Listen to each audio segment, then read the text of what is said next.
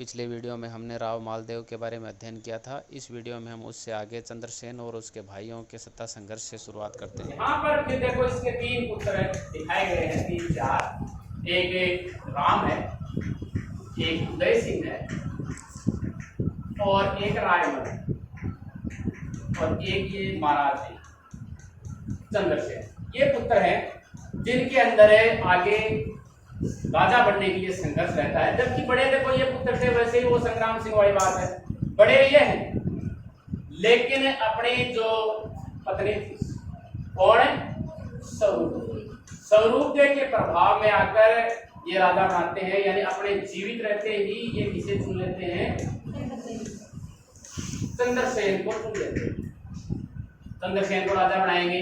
देखो ये स्वभाव से सही नहीं था, इससे पहले ही मालदेव नाराज थे तो इसको ये बढ़ाना नहीं चाहते थे। उदय सिंह को बढ़ा सकते थे लेकिन स्वरूपदेव के प्रभाव में आकर इसको ये बढ़ा नहीं पाए।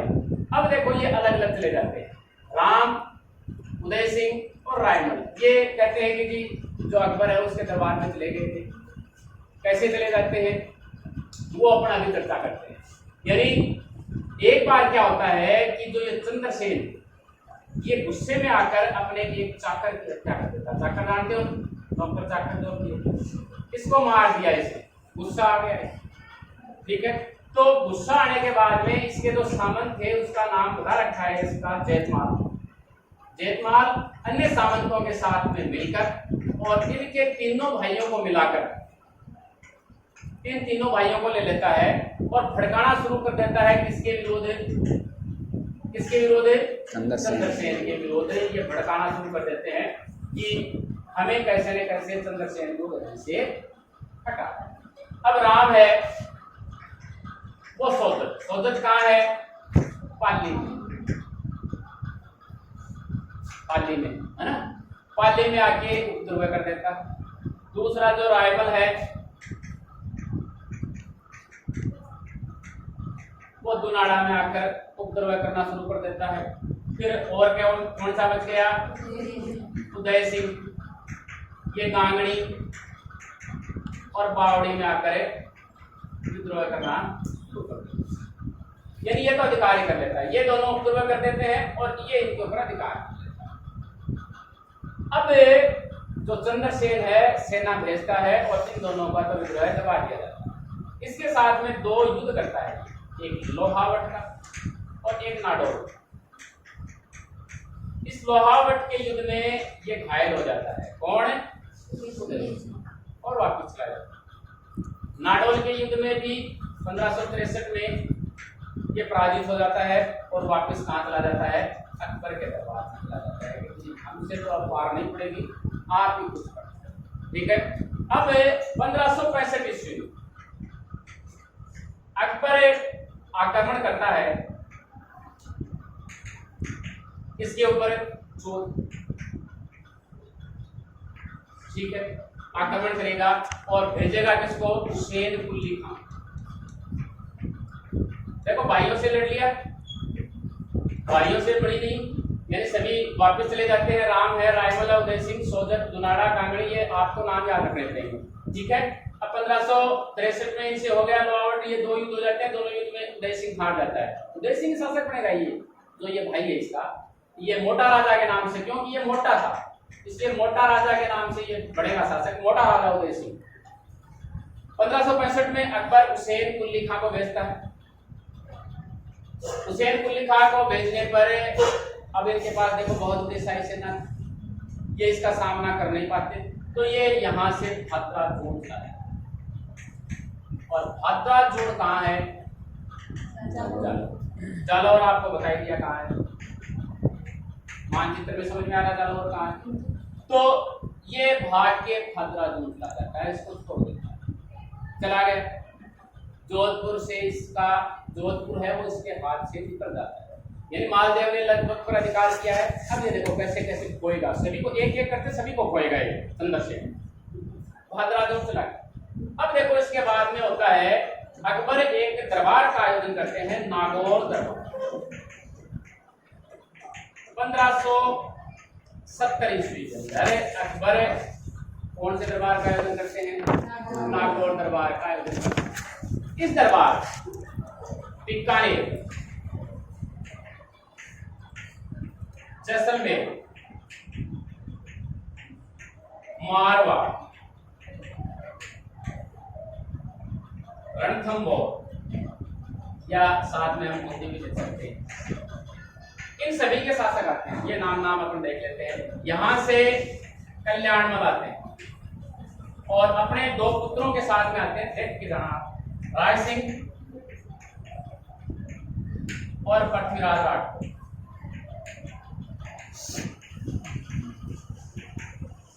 जैसलमेर से हर्राय आएंगे, रावल, हर्राय, हट्टी वंश है यहाँ पर, है ना। मारवाड़ से सभी आते हैं, ये भाई भी आते हैं, और चंद्रसेन यानी भाद्राज वंश से चंद्रसेन आएगा, ठीक है। और इसके दो भाई हैं, राम सिंह भी आता है और उदय सिंह भी आता है। यहाँ शासक था सुरजन राय हाड़ा।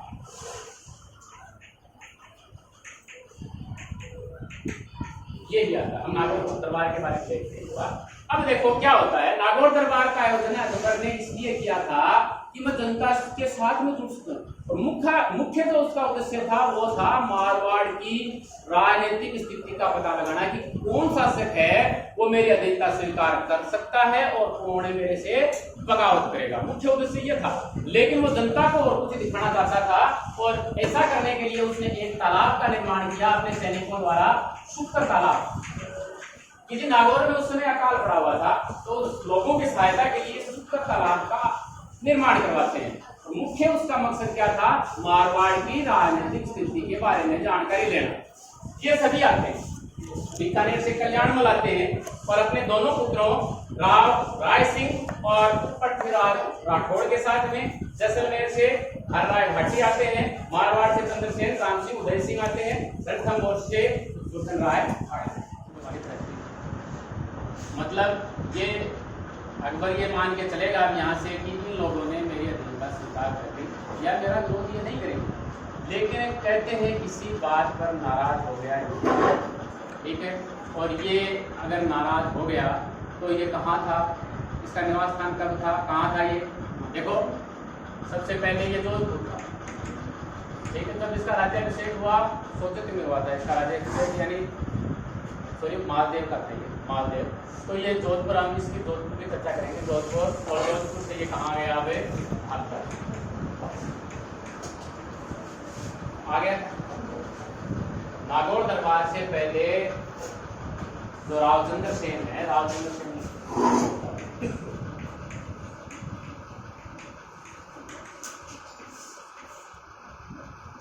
जब मुगल सेना शाह कुली खां के नेतृत्व में आक्रमण करती है तो ये कहा जाता है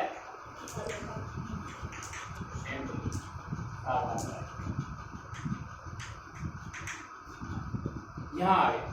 अब ये दरबार का आयोजन हो गया, ये नाराज होकर चला गया, तो फिर इसके ऊपर आक्रमण होता है 1571 ईस्वी में। तो ये कहाँ चला जाएगा, फिर कहाँ चला जाएगा, सिवाना। और सिवाना है, इसके लिए एक लाइन और है कि ये मारवाड़ के जो शासक हैं उनकी शरण स्थली के रूप में भी जाना जाता है, यानी जो कोई भी हारता है वो यहाँ चला जाता है, सिवाना। और सिवाना कहाँ है, ठीक है। यानी भद्रादुल, जालोर, जालोर से हरा है यहाँ आ गए, यानी यहाँ से यहाँ आया, यहाँ से यहाँ, ठीक है, हार गया। फिर देखो आगे एक घटना होती है 1572 में, महाराणा प्रताप बन जाते हैं क्या, महाराणा, आगे मेवाड़। और जब ये इस दरबार से रुष्ट होकर चला जाता है तो ये व्यक्ति थे देखो राय सिंह। राय सिंह को जोधपुर का शासक घोषित कर दिया था, ठीक है। राय सिंह को शासक घोषित कर दिया। अब राय सिंह को घोषित करने के कारण ये था कि जो गुजरात है, गुजरात का जो मार्ग है, यहाँ ये गुजरात है और यहाँ बीच में आ जाएगा ये, है ना। तो प्रताप है इसको डिस्टर्बेंस पैदा नहीं करे, कोई व्यवधान पैदा नहीं करे और ये इस प्रकार से दिल्ली में आसानी से प्रवेश करते हैं, इसलिए राय सिंह को बना दिया। महाराणा प्रताप भी इसका विरोध करेगा लगातार, क्योंकि देखो 1500 तो महाराणा प्रताप थे, फिर आगे चलते हैं हम 1573 में अब सिवाना पर आक्रमण होगा। देखो सिवाना भद्रादुन से सिवाना है, जोधपुर भद्रादुन सिवाना लगातार ये सब कुछ खोदेगा अपना। 1573 में ये व्यक्ति फिर आते हैं शाह कुली खान।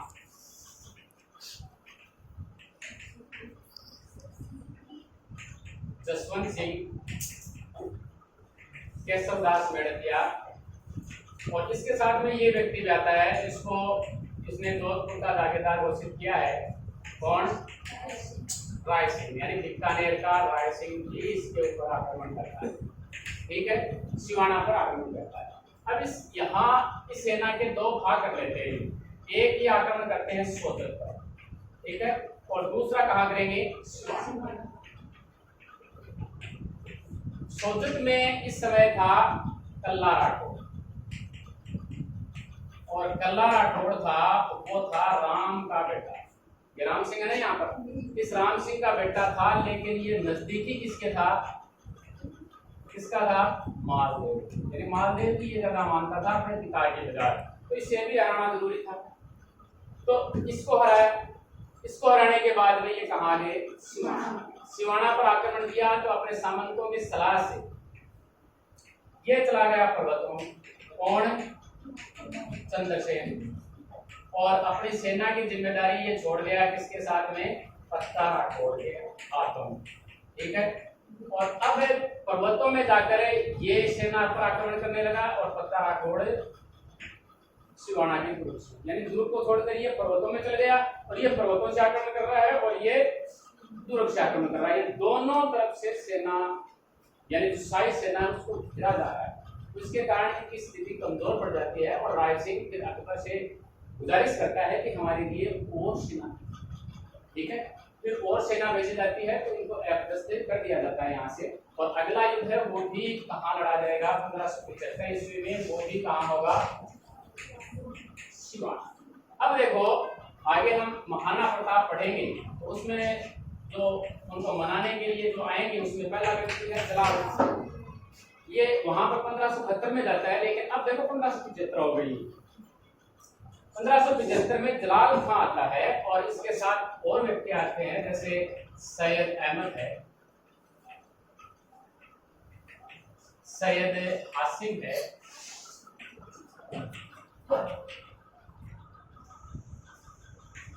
एक है सिमाल खां। ये व्यक्ति इसके साथ में आते हैं। ये आक्रमण करते हैं, सिवाना पर आक्रमण करते हैं और सिवाना पर लगभग अधिकार भी कर लेते हैं। लेकिन एक व्यक्ति है देवीदास, इसका सामंत था चंद्रसेन का, उसके साथ में मिलकर, यानी देवीदास के साथ मिलकर चंद्रसेन जलाल खान को अब आगे अब इनकी स्थिति खराब हो जाती है। तो फिर अगले साल भेजा जाता है शहबाज खान, और ये भी मेवाड़ में आता है। ये भी 3 बार उसके पास आता है 1578 से। तो शाहबाज खां आता है और शाहबाज खां आने के बाद में सिवाना पर अधिकार कर लेता है। यानी ये पहले कहते हैं कि जी जो देवकोर है, दुनाड़ा है, दुनाड़ा आया था ना पहले, नाम अपने आया था, उनके ऊपर अधिकार कर लेता है। और उनके ऊपर अधिकार करने के बाद में ये सिवाना पर अधिकार कर लेता है। अब सिवाना भी इसके हाथ से चला गया। अब देखो इसके पास बची थी सिर्फ पोकरण की जागीर बची, और पोकरण का जिसको इसने अपना प्रतिनिधित्व करने को दिया था जिस सामंत को, उसका नाम था आनंद राम परिजोत। कि भाई यहाँ की सत्ता तेरे को समाज, और इसके ऊपर आक्रमण कर देता है कौन है? जैसलमेर का हर्रा, क्योंकि इनके साथ इनकी दुश्मनी थी। हर्रा इसके ऊपर आक्रमण कर देता है और 4 माह के लंबे संघर्ष के बाद में भी जब हर्रा इसको हरा नहीं पाता तो ये कहते हैं कि अब संधि करें। और संधि क्या होगी कि इसके पास इस समय सब कुछ लुट चुका होता है, चंद्रसेन के पास कुछ नहीं, तो कहता है कि मैं आपको 1 लाख रुपए, या उस समय जो ये फरिये कहते हैं, ये मैं आपको दूंगा और बदले में मुझे आप क्या दे दें? क्या देते हैं?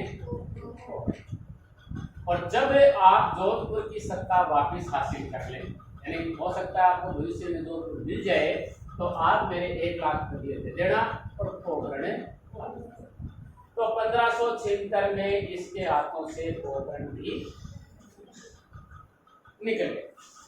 अब पोकरण निकल गया तो अब ये क्या करेगा कि ये तो नीचे वाला जो एरिया है सिरोही, उदयपुर, डूंगरपुर जो बांसवाड़ा है ना, सिरोही और डूंगरपुर जो बांसवाड़ा है उस क्षेत्र में ये आगे घूमता रहेगा। एक बार ये जिस प्रकार हुमायूं घूम रहा है ना वैसे ये भी घूमेगा, नीचे वाले क्षेत्र में ये घूमना शुरू हो जाता है।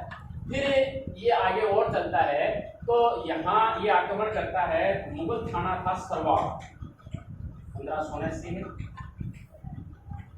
सरवाड़ का मुगल थाना है वो कहाँ है, अजमेर में, ठीक है। अजमेर के इसके ऊपर आक्रमण करता है, उसके ऊपर ये अधिकार कर देता है, कर लिया अधिकार। फिर आगे और ये अजमेर यानी थोड़ा मनोबल इसका बढ़ गया अपनी सेना के साथ में, फिर ये अजमेर पर अधिकार करने की कोशिश करता है। तो इस समय सूचना देखो अकबर तो ऐसे तो बैठा नहीं था, उसके पास सूचना पहुंच जाती है। तो सूचना पहुंच जाती है तो पाइंदा खां को यहाँ भेजा जाता है। ये व्यक्ति आता है और इसको वापस भगा देता है। तो ये वापस जंगलों में भाग जाता है या पर्वतों में जहाँ भी ये भागने जाता था, इसको यहाँ रहना नहीं है। फिर ये चला जाता है। फिर 1580 में ये सोजत पर अधिकार है, ये यहाँ इसका स्थायी अधिकार हो जाता है सोजत के। और सोजत से ये सारण के जंगलों में चला जाता है। सारण में ये अपना निवास स्थान बनाता है। सब कुछ ये पाली में, सोजत पाली में, सारण पाली में, यहाँ पर ये अपना निवास स्थान बना देता है और यही निवास करता है। और यही इसकी 1580 या 81 के अंदर इसकी मृत्यु हो गई। और कहते हैं यहाँ पर सचियार जो है, सचियार सारण, ठीक है, आज के नीचे सारण लिखे और पाली, यहाँ पर इनकी राव चंद्रसेन की मृत्यु हो जाती है 1562 से 1580 यहाँ मृत्यु हो गई। अब देखो ये व्यक्ति जो है वो अपने भाइयों की तरह उदय हर सुखों का ये उपभोग कर रहे थे, लेकिन इसने जंगलों में रहना स्वीकार किया क्योंकि ये मारवाड़ का पहला स्वतंत्र प्रकृति का शासक था। यानी खुद भूखा भी रहा और जंगलों में ये घूमता भी रहा, ठीक है। इसके कारण इसे क्या कहा जाता है, मारवाड़ का प्रताप। यानी प्रताप ने भी ऐसा ही किया, उसने भी सुख दुख है वो सब कुछ छोड़ दिए थे और जंगलों में ये घूमता रहा था। इसके भाई वगैरह जो भी सुखों का ये उपभोग करते रहे थे, लेकिन इसने ऐसा नहीं किया। मारवाड़ का प्रताप है, या फिर प्रताप का हम इसे अग्रगामी भी कह सकते हैं। यानी जिस रास्ते पर प्रताप चला था उससे पहले इस रास्ते पर ये चल पड़ा था, या प्रताप का हम पथ प्रदर्शक भी हम इसे कह सकते हैं। अब अगला है, इसका उपनाम एक और है, अब बता दिया गया है अपने कोर्स से, ये चीज मारवाड़ का भूला बिसरा शासक।